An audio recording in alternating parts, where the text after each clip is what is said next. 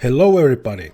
I hope you're finding time to enjoy yourself, because spring 2025 anime season is keeping me busy. I always say to myself to not pick up so many new shows, but I somehow, always, end up with over 25. What's worse is that 50% of them are congregated on Saturdays and Sundays, making my weekends booked full before I even start. To be fair, there are a couple of anime that I'm already looking to drop after the first episode, but we will see. I do like to give everything at least 3 episodes to win me over.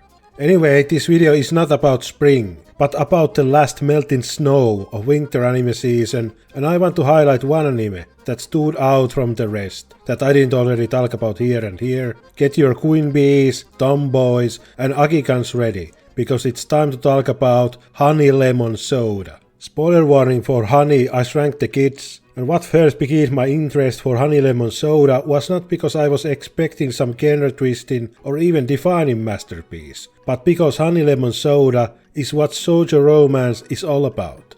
Plain, bullied, insecure girl has trouble making friends until extroverted hot boy is nice to her and takes a liking to her. And slowly but surely, with some drama and laughter, they finally come together and confess their feelings. Meet Uka, your shoujo romance protagonist, who has been bullied relentlessly for years, and finally in high school starts to actually form friendships with her classmates and develop a buddy relationship with the lemon boy, Kai. Kai, like many a shoujo male leads, is hot. So hot that almost every girl has a crush on him, which does result in most of the conflict and some humor. Over the course of the series, Uka has many things going for her, like these absolutely comfy rooms he has. I think this is what people mean when they say cottagecore. There is barely any electric devices in it.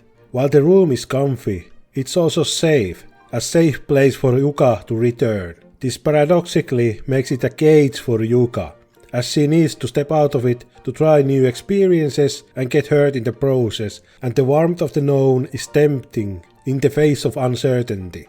Once Uka steps out of that safe life and enters high school, she thankfully becomes fast friends with Ayumi and few other classmates who are 100% behind Uka, and they ship her and Kai hard.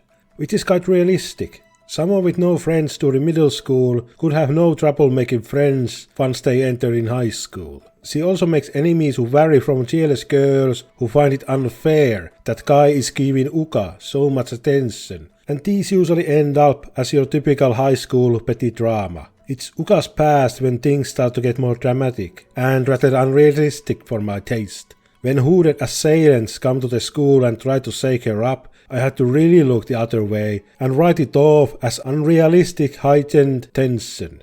I'd say that is my biggest criticism of the show. There is petty drama before and after, but in a way the bullying being petty works well for the show. High school bullying tends to be that, and there doesn't have to be a big reason for it. Yuka just existing and or succeeding makes others jealous, just as much they make her classmates and Kai enamored with Uka. While Kai stays the same almost the entire season, Uka definitely has growth. And this is best shown whenever she steps out of her comfort zone and tries something new, or whenever she forgives her bullies that gave her hell at the beginning. It's not something that I've never seen before, but hey, don't fix what not broken. Slowly Uka gains confidence and starts to stand up for herself. And over the course of the series, Kai and Uka go from a budding friendship to a full-blown relationship. Now if that was everything, then I wouldn't even bother making this video. But that is because I haven't talked about my favorite episodes yet. Honey Orange Soda looks great, it's funny, and animation is okay. But then episode 6 hits and we get school festival episode. And the directing and animation hit a higher gear. We get progress in our main relationship, we get more energetic and lively animation, and directing gets more out there, and really shows Uka's headspace at the time. This was the first inkling that Honey Lemon Soda could be something special. Another standout was episode 11, and this time it's the sports festival, and Honey Lemon Soda hits the gas pedal because holy shit, this might have been my favorite episode of the entire winter 2025 season. Takeshi Honda comes in for the key animation, and it is absolutely gorgeous, with very fast-paced action and Yuka's head literally in the clouds. The directing is comparable to Monogatari series, and I personally loved it. In the business we call this kind of directing the B-word. You know, pretentious. Yuka is on the spotlight once again, and much like in the school festival episode, she takes a step forward and takes up on more responsibility, and it all pays off in the end. Honestly, you could almost watch episode 11 as a standalone and come out feeling fulfilled with the show. It is everything that Honey Lemon Soda is all about. If you enjoy the male equivalent where Shinery Boy gets adapted by popular girl, then you should give Honey Lemon Soda a shot, and see if you enjoy the reverse as much. If you're looking for something similar, then Kimi ni Todoke is right there, and I'd say it's an improved version of what Honey Lemon Soda is trying to be, but not many anime can boast being just as great as Kimi ni Todoke. So this is not a diss towards Honey Lemon Soda. But if this type of shoujo romance doesn't resonate with you, then try something with more of an adult cast, like A Sign of Affection. Honey Citrus Pop is a great watch, highly recommended. So that ends my winter 2025 wrap up.